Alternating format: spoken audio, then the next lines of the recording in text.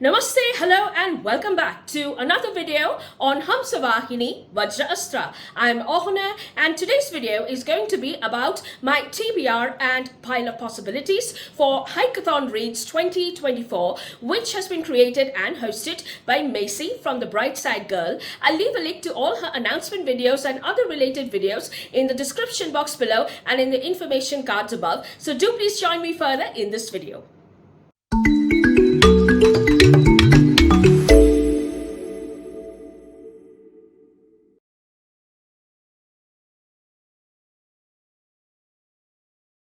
Now, the next book which I'll be reading is called The Witch and the Vampire by Flores, Francesca Flores, and this has a beautiful cover, and as you can see, this actually fulfills 5 badges. Let me just grab this so that I can mention the badges which it has earned. So this is a survival read. It is set in nature. It has flowers on the cover. It's got elemental magic and characters on a journey. Now, I'm not going to talk too much about this book, but this is a Rapunzel retelling where a witch and a vampire who trust no one but themselves must journey together through a cursed forest with danger at every turn. So the premise looks quite interesting, and there is another book which has earned 5 badges, and I have another book which has 7 badges as well. So the one with the 5 badges is called Cuckoo Summer by Jonathan Tullock, and this is a middle grade read, and the badges that it has earned is that it's set in nature. It is a seasonal read because obviously the title summer, and it's set in summer. It's got a sort of mountains on the cover. It's not mountain, but these are just hills on the cover, and it's got flowers on the cover. As you can see, there are small little flowers, and I'm sorry, my ring light is shining on that, and there is also a bird on the cover somewhere out here. So there you have the bird. So this fulfills all these 5 badges, and the premise is that it's summer 1940. As the cuckoo sings across the Lake District, life is about to change forever for Tommy and his friend Sally, a mysterious evacuee girl.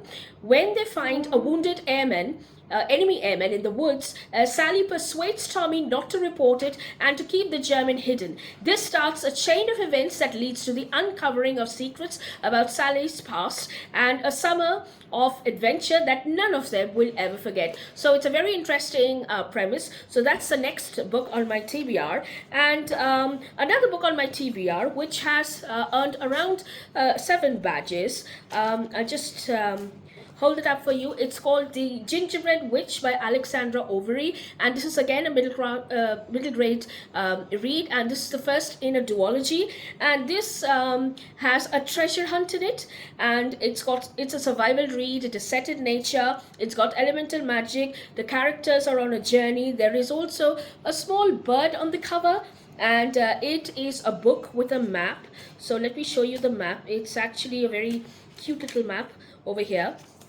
So here, that's the map. And the story, this is a retelling of Hansel and Gretel, where we have the witch who lives in a gingerbread house. She has all these gingerbread characters, and Maud is one of the characters from her gingerbread house.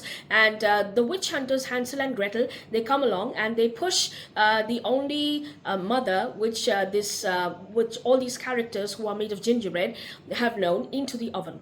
So the witch is pushed in the oven, and in order to survive, these gingerbread creations, along with Maud, who is our main character over here, they have to journey through this forest. They have to survive, and they have to ensure that they do not start crumbling, and they have to reach the treasure, which is the first ancient spell book of the witch, to ensure that they can actually find the spells so that they can be independent, and they can defeat their enemies as well as they can survive. So this is what the premise of this book is. So I'm quite excited to read that because it is part of a duology. So in case I'm able to finish this, I'll probably go for the next one as well. So these are the books which will be my primary focus for my TBR. Now, the next book on my TBR is The Depths by Nicole Lesperance. I hope I'm pronouncing that correct. And these are for the badges, flowers on the cover, set in nature, and bug on the cover. So these have sufficient bugs on the cover.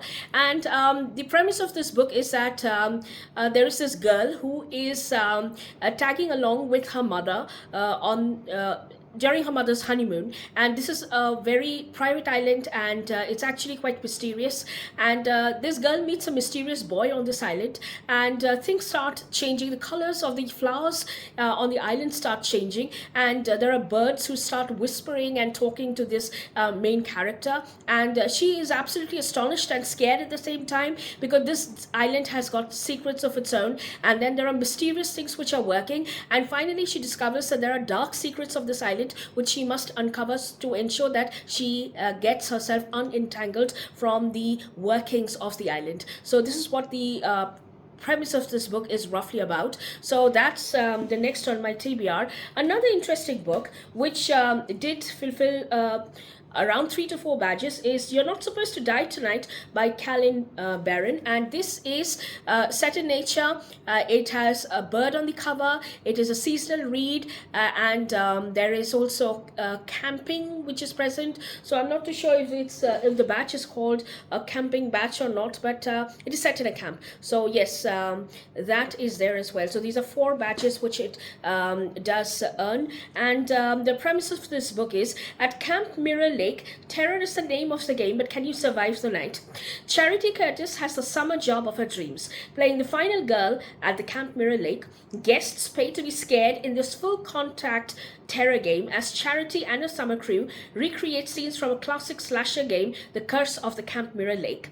The more realistic the fear, the better for business. But on the last weekend of the season, Charity's co-workers begin disappearing. And when one ends up dead, Charity's role as the final girl suddenly becomes all too real. If Charity and her girlfriend, Bessie, hope to survive the night, they'll need to figure out what the killer is after. But as they unravel the bloody history of the real Mirror Lake, Charity discovers that there may be more to the story than she ever suspected. So it's quite an intriguing mystery. So that will be on my TBR as well.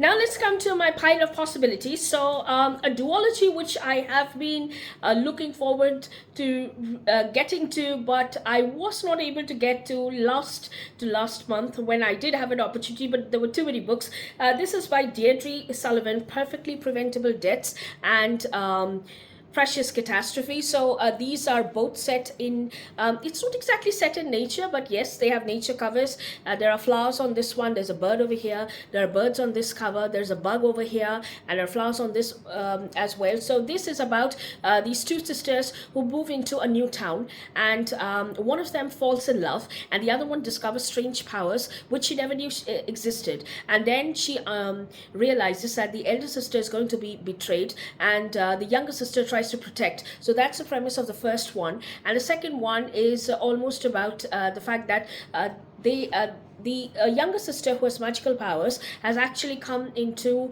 her own authority, and things go from there. I'm not too sure about the rest of the story, but there is something called, one of them has to give up part of their own soul for some purpose, and I really don't the premise of the book is a little long, but then I don't want to read it. But then let me see if I can get to this. But I would really love to get to this duology, because this is perfect for reading during summers. So that is the first within my pile of possibilities. The next in my pile of possibilities, which I really wanted to get through, is All That's Left in the World by Erik J. Brown. And this is a story of, it's set in nature, of course. The characters are on a journey, and there's no treasure hunt as such, but then yes, they are trying to discover the meaning of the lost lives. So the premise of this book is as follows. Jamie and Andrea are strangers, and the 2 of the last people left alive. After a catastrophic event wipes out most of the population, Jamie finds himself alone in a cabin in the woods. He learns to fear other desperate survivors, but when he meets the injured Andrew, Jamie is compelled to help as they step out into the strange new world together. Their friendship begins to feel like something more. Jamie and Andrew are hoping for safety, for shelter, for community, but ahead of them is a perilous journey through a world torn apart. They don't know what they'll do, what they'll find out there. They don't know what they'll do and what they'll find out there, but they may find just each other. So it's a very interesting premise, and I'm really I will try to get to it.